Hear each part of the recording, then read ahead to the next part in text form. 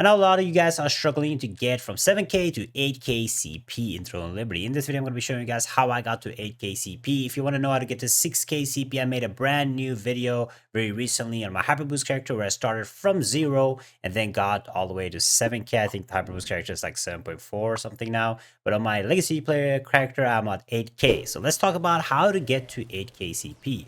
So for the people wondering, are you actually 7k speed? Or 8k, yes, right here it's 8k. I can probably get it even more if I swap some runes. But how do you get to 8k CP? Because that should be like your next goal. Once you have hit 7k, you probably want to go for 8k. Going higher than 7k will unlock certain trials for you, so you'll be able to enter trial 9 at 7.4 and then trial 10 at 7.8. But aside from that, there's not really anything new about getting to 8k. Eventually they're probably going to add content, so you have to get to 8k, but for now you can do all the content if you have 7.8k CP. But getting that 8k is a little bit of flex, but you guys should probably focus on gearing up your characters with your attributes before focusing on the CP. But let's just talk about how to get 8k CP. So to get to 8k CP, you need to basically almost max out your character. I think the max amount of CP that you can get is like 8.2k with like max level runes and max level heroics. Maybe not even 8.2, maybe like 8.150 or even lower. But over 8k is like end game. You're probably not going to go much harder than that. So how do you actually get there? Now, the first thing you got to make sure that you guys can do is you want to be having your weapon mastery at level 200. It's like the basic stuff because each weapon mastery gives 3 levels each, and then the overall mastery levels in the bottom here will give you additional 40. So making sure that you unlock the 4 skills down here and then getting each of your weapons to level 200 is like the first thing you got to do if you're going to even think about hitting 8k. Now once that's done and you have the 200, the next thing that's going to be increasing your CP is swapping from tier 2 to tier 3 gear. Each piece of gear when it comes to tier 3, it's about around 50 CP more than a tier 2 gear. My character is fully tier 3 geared out here. And you can see that with the fully tier 3 gear, you can hit much higher CP. We can do like a quick, let's do a quick, I think I have the same stuff in here. Yeah. So let's swap the T2 gloves for tier 3 and you will see I lost 45 CP. So 45 difference each gear piece. And then when it comes to the weapon piece, let's see, the weapon piece I think is even more. Yeah, the weapon piece from T2 to tier 3 is actually 90 CP. So getting a tier 3 weapon is going to give you a massive CP boost. I did get this one. I'm not going to be using it too much because I want to get a different tier 3 weapon. And because the Bulwark is still strong, but for the video, I invested in a tier 3 weapon. So 90 CP difference mainly between the weapons from tier 3. And then after you have the full heroic, full tier 3, you want to, of course, get the full traits and trait resonance. But once you have the tier 3, what else is going to increase your CP? And that is the heroic gear. At the end of the day, the heroic gear, guys, is going to be the biggest source of level up. If you compare let's compare my heroic here. Let's put on, let's just do this for comparison actually. So now we have 7657, and then if we swap it, heroic versus a tier 3, that's a 70 CP increase. So between a heroic and a tier 3 is, and that my heroic is not even max, right? If you look at my heroic right here, I still have 2 traits, heroic traits to go for. It's around 80 CP increase over the tier 3. So each of the heroic is going to give you a massive boost. Now, as you guys can see, my heroic is already level 12, but it's not fully traded out. I have another ring at level 12. It's also not fully heroic traded out. Then I have a helmet, which is fully traded out, but not level 12 yet. So this is going to give you that extra boost in combat power aside from tier 3. So once you can get these, that will give you additional. So if you guys are looking for some extra combat power to gain, it is mostly after getting your full tier 3 is going to be your heroics. Now, keep in mind that you cannot sync the heroics, unfortunately, yet. Probably going to change in the future. So right now, you can only do syncs of tier 3 or tier 2s. So you still have to level up the heroics in your own way. And the tier 3 weapons in your own separate way too. So it's going to be the main source of gaining the biggest combat power increase. It's going to be to getting full tier 3 and starting to work on your heroics. And you don't need to have maxed out heroic traits. As you guys can see, I'm still missing heroic traits on several of my things. And if I get that, I could probably even boost it up to like potentially 8,050 or something. It's small increases, but it's still increase. So you can wear 3 heroics at the same time at full tier 3. Now, what aside from that is going to be your runes. So right now, my rune level out general is around 100.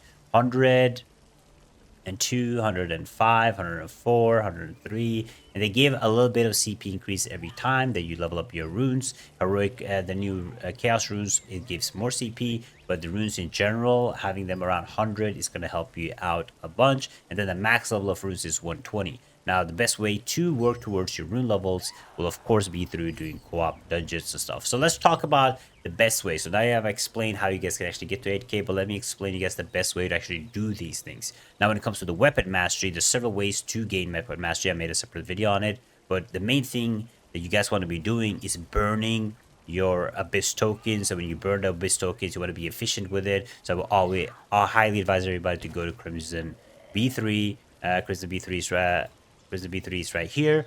Make a team with a healer and farm there. And when you're using it, use food buffs. Extremely important because this is just a limit amount of abyssal contracts that you can use. Once you use them, you still have to grind to get them back. So when you are min-maxing, use foods and use weapon mastery buffs, all that stuff, right? And then when it comes to the runes, the best way to level up runes right now, you cannot grind them endlessly like before. You can still grind a bunch of them, will be to do your accumulated rewards. Now you're doing your accumulated rewards, it's going to give you a bunch of runes, so that is basically by running the T1 or the T6, whatever you guys want to do if you want to farm chests. But rune leveling is going to be super important if you guys want to get that extra additional CP. You of course get runes to other things like doing your weeklies, but that is going to be the main way to get them. Or you can also get them through like doing backgrounds and weeklies, all that stuff. Everybody may still gain runes, but the main thing, most important thing for rune leveling will be to getting your accumulator rewards. So make sure you guys are focusing on that. When it comes to your gear itself and leveling up your weapons, because that is, I made a full video also how to go from tier 2 to 3 weapons. But if you guys want to be leveling up your weapons or your gear, your tier 3 gear, the best way will always be the contract manager, because the contract manager is going to give you the noble polish crystals, which you will need to craft those pieces. That's the most thing people usually struggle with, is having enough noble crystals. So if you guys are struggling on that, there's many other ways, of course, to get it. I made a video on that too, but the main will be to contract. So I'm just trying to cover like the most important thing that you guys can do to get these crystals. There's other ways too, of course, like going to the resistance shop and stuff, but always the main important thing is going to be contracts for gear upgrades, growth stones. It's going to be abyss tokens for open world dungeon farm. It's going to be doing the trials for rune levels. So those are the best ways. And then when it comes to the heroic weapons and gear and stuff, it's going to be battle passes, because battle passes are giving us a bunch of items and chaos prisms and stuff. And the other thing will be, of course, the weekly raid. So if you guys want to have something to like pure put your focus on to make sure you're min-maxing, because at the end of the day, you can do a bunch of things, right? You can do, for your weapon mastery XP, you could be doing your secret dungeons every single week, right here to get the achievement rewards and the extra EXP. You can be doing battle pass, you're going to be doing events. But if you want to focus on one thing, if you don't have much time, open world dungeons. When it comes to your gear, if you want to focus on one thing, it's going to be finishing your contracts, because there's a limit to it, right? If you want to be doing your, if you want to focus on your heroic weapons, the main thing is going to be completing at least the normal. You don't have to always complete the hard mode if you cannot, but I will always advise people to do when you guys are doing a raid is finish all the 3 normal ones. The reason why I say that is, let me show you guys an example. If you're doing the normal mode, you actually get more shards. So you get 2 entropy shards and you get 4 prisms. But if you do the hard mode, you will see that that goes down to 1 of this and 2 of this. So if you can, of course, complete both. But I always tell people, if you don't want to waste time, do your 3 normals and then do a difficult mode Calanthea. So you can do look at the party board, they're doing Calanthea. That way you drop your piece of gear. But doing the heroic is going to be the main important thing to increase your CP, and then of course buying out the chaos prisms every week. It's many small things that you can do. You can watch my other videos on that, but if you guys just want to focus on prioritizing your combat power right now and make sure you can hit 8K or 7.8 or whatever your goal is, those are like the main thing I would focus on. That's what I used to try to focus on. If I have extra time, I do all the other stuff. Events and stuff is really a great way to catch up, but those are like the big things. That is basically how I got my stuff to 8K.